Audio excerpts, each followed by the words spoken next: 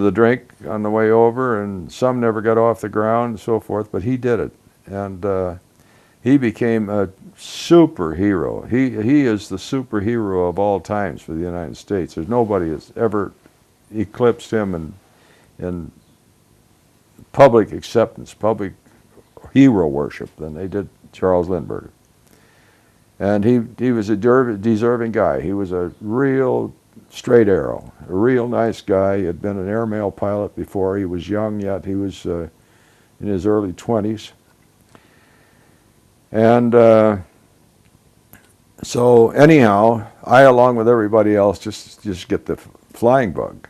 So I went out the airport then and bicycled out the airport. And that's another story. I don't know whether we want to go in. Yeah, that's fine. Well, since we're on the vein, let's just... Okay. I started riding out there to the airport and reading. Oh, and Ralph Steed is a very good friend of mine. He hit the bug just like I did, and so we were actually in high school. I was 15 then, so I must have been in 10th grade, something like that. And so we was reading all the magazines and everything else, and I was going out there. He didn't go out there, but I did. And so one day, I must have been 16. But one day I was out there and fooling around, and one of the guys come out, one of the pilots, one of the guys worked, I didn't know what he did. He was connected with the airport, came out, and he said, "Geez, these damn forms." He said, "I sure wish I knew somebody that could do some typing." And I says, "I can type." Because I had learned type. I had taken a year of it, I guess, in junior high school. And I took to it pretty good. And so he says, "You can?" I says, "Well, yeah, I can." He says, "Well, come on in here, kid. Let's see what you can do." So he put me to work on typing some of these forms and some of these other things, and I did a pretty good job. And finally he says, "Well, that's it. That's all. It's the end of it. And thank you very much." He said, "Incidentally, do you like to fly?" And I was dumbfounded. How do I? Yes, I would like to fly.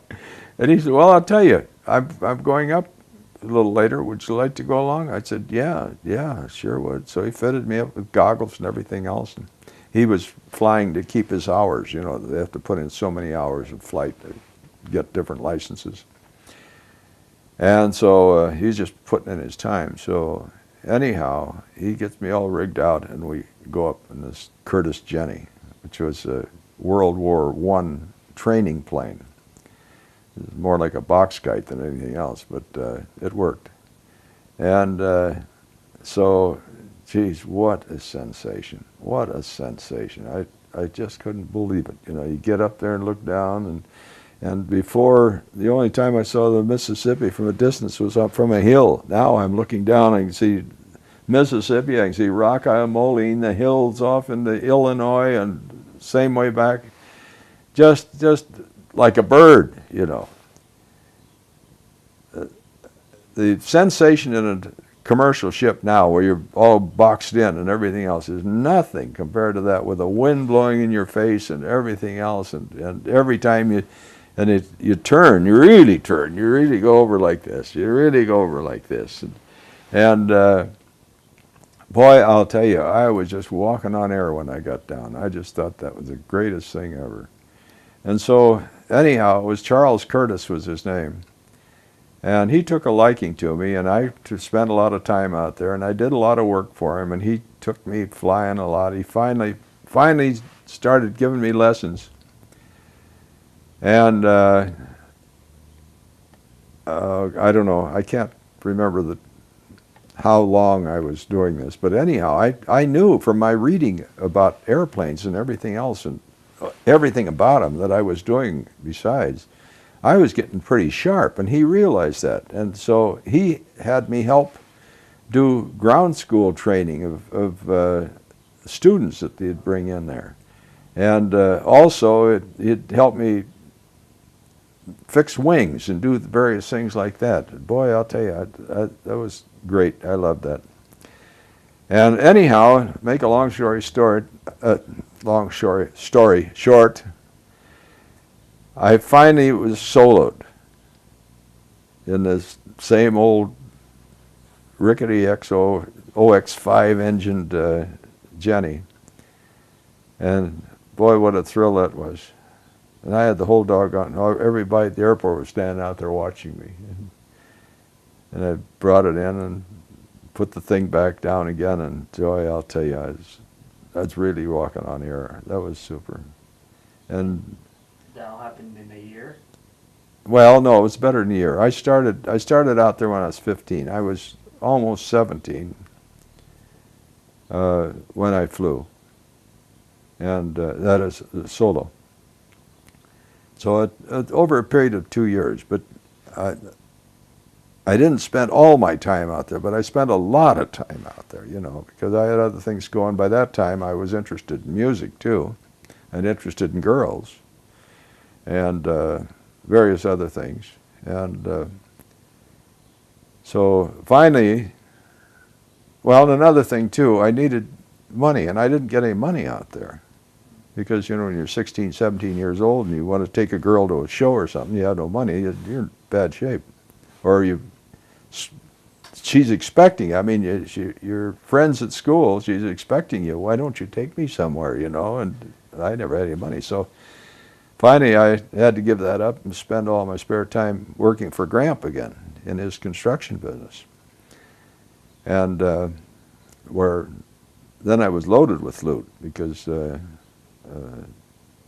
by the time I was 15 years old, I was doing a full man's labor and job, and he was paying me. I think we've gone over this before, so I won't dwell on it. But anyhow, then I got into music, and we had a little band that we got together of people that went to school, my school chums, you know, they played in the band, they played in the orchestra, and I did too. And when did that start? When did you start playing? Well, I started taking banjo lessons when I was still carrying newspapers, which was probably 14 or something like that. Well, and you didn't tell us about your newspaper job. Yeah. Oh, I didn't? No. Well, I was a paper carrier. You know, I carried both for the Democrat and the Times over a period of 2 or 3 years, I guess. Same time or two different, just at different times? At different times, yeah. You can't cover more than one route at a time. And well, that's another story. Well, let's do that one. Let's do that. Forget. All right. We'll go back. Yeah, that's the continuity is better if I get into that, because I was going to get into music, and so let's go back to where Let's do that. worked on my newspaper route. First paper. Oh, I learned about the newspaper route because of a friend when I lived on 4th Street, a guy by the name of Merle Stormer, who had a Times route.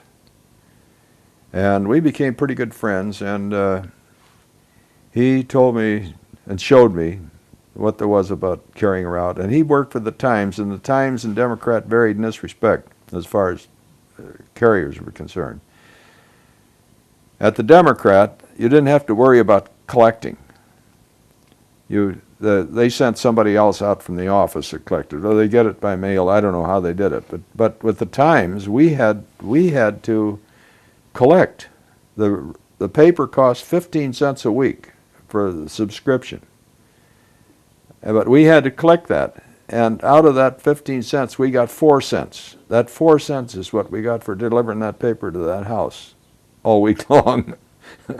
So anyhow, he worked for the Times, which was the toughest, because every Saturday morning you had to go out and make these collections.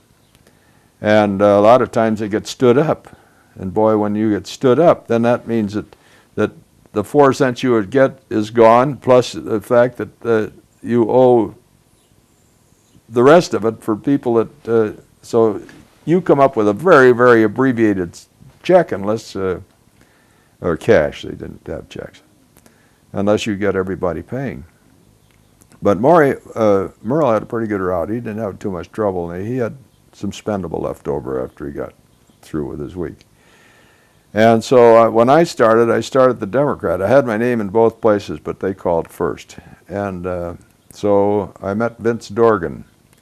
Vince Dorgan was in charge of all of the, well, that's another difference. The Times would send a truck out and dump your bundle of papers at a certain corner every night. You'd pick them up there.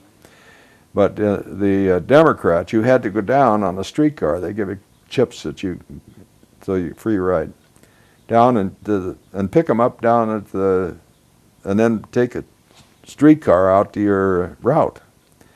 And so every day you're back down to the paper. And so Vince Dorgan became a big man in my life. He was a real sweetheart of a guy. He really knew how to treat those kids, and he treated them like a father, but also like a buddy, you know. He always chomping on a cigar. And so anyhow, I went to work for the Democrat, and the first route Vince gave me, he says, do you know anything about downtown? I'd gone downtown with my grandmother and my mother a number of times. I knew where the stores were and everything around, so I said, yeah, I knew downtown. He says, fine, I'll start you out on this route. So it was about 50 papers to deliver, and he gave me a book with 50 different sheets in it, which had the address on each one, and in a continuity which is followed the way you went around the route, see. But anyhow, I was in over my head on that deal because I didn't realize that there was apartments up over all of these stores and so forth, and the door of this apartment's here, and the door of this one, and instead of having numbers like houses have, they have A, B, and C for the rooms and everything else, and my gosh, and then furthermore, this was a carbon copy of these things, and I couldn't hardly make out the reading, and here I'm lost. Anyhow, I get through with the route, and I had about half my papers left. I couldn't find the rest of them. So I thought, well, I didn't think there was anything too wrong with that. I guess I wasn't too concerned. So I started walking home with the rest of the papers. I thought, well, I'll take them home, and I'll have dinner, and I'll come back down, and I'll try and sell them on the corner, see? And so I get down there, and I remember I'm walking close to the house, towards the house, and here's my mother frantically waving, come on, come on, come on.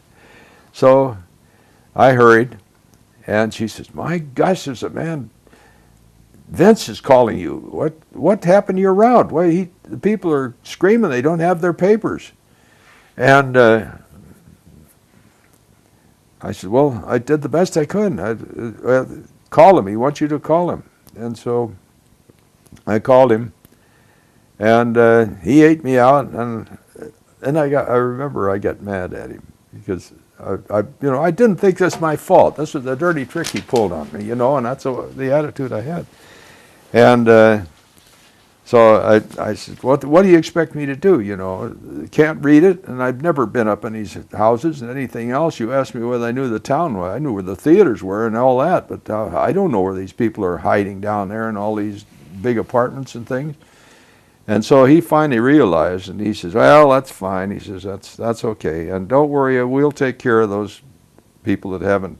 You just throw the other papers away. We'll take care of that. And don't be late when you come in the morning or tomorrow, which is the same as saying, don't worry about it, you still got your job, He was a great guy. So it was the evening paper that you delivered?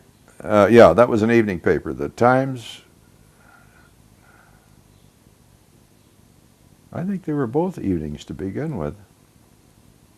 And then later on, the Times went to a morning paper, and the Democrats stayed an evening paper. But when I delivered them, they were all evening papers, whether it was Times or Democrats. So they were both evening papers. And anyhow, I'm trying to think. where my first route was for the Democrat, a regular route, because I had several.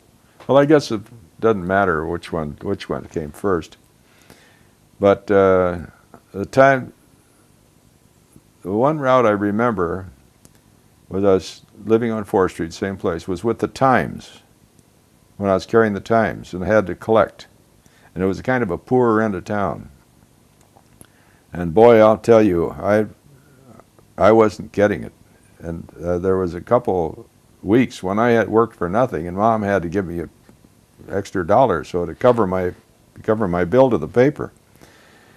And but sometimes it evened out, because even though they were late, why, the next week I'd get it, and so I'd have 15 cents more than I suffered the first week, but I made up for it the next week. But there was a lot of those suckers that did me out of it completely, and I don't know what the Times attitude was, but I guess it had to be that if they're not going to pay you, don't give them a paper, you know. Yeah. But after that, after 3 or 4 weeks there, you had worked there for nothing, you know, before you finally saw it off. I've got to talk my quit. Good. That's a good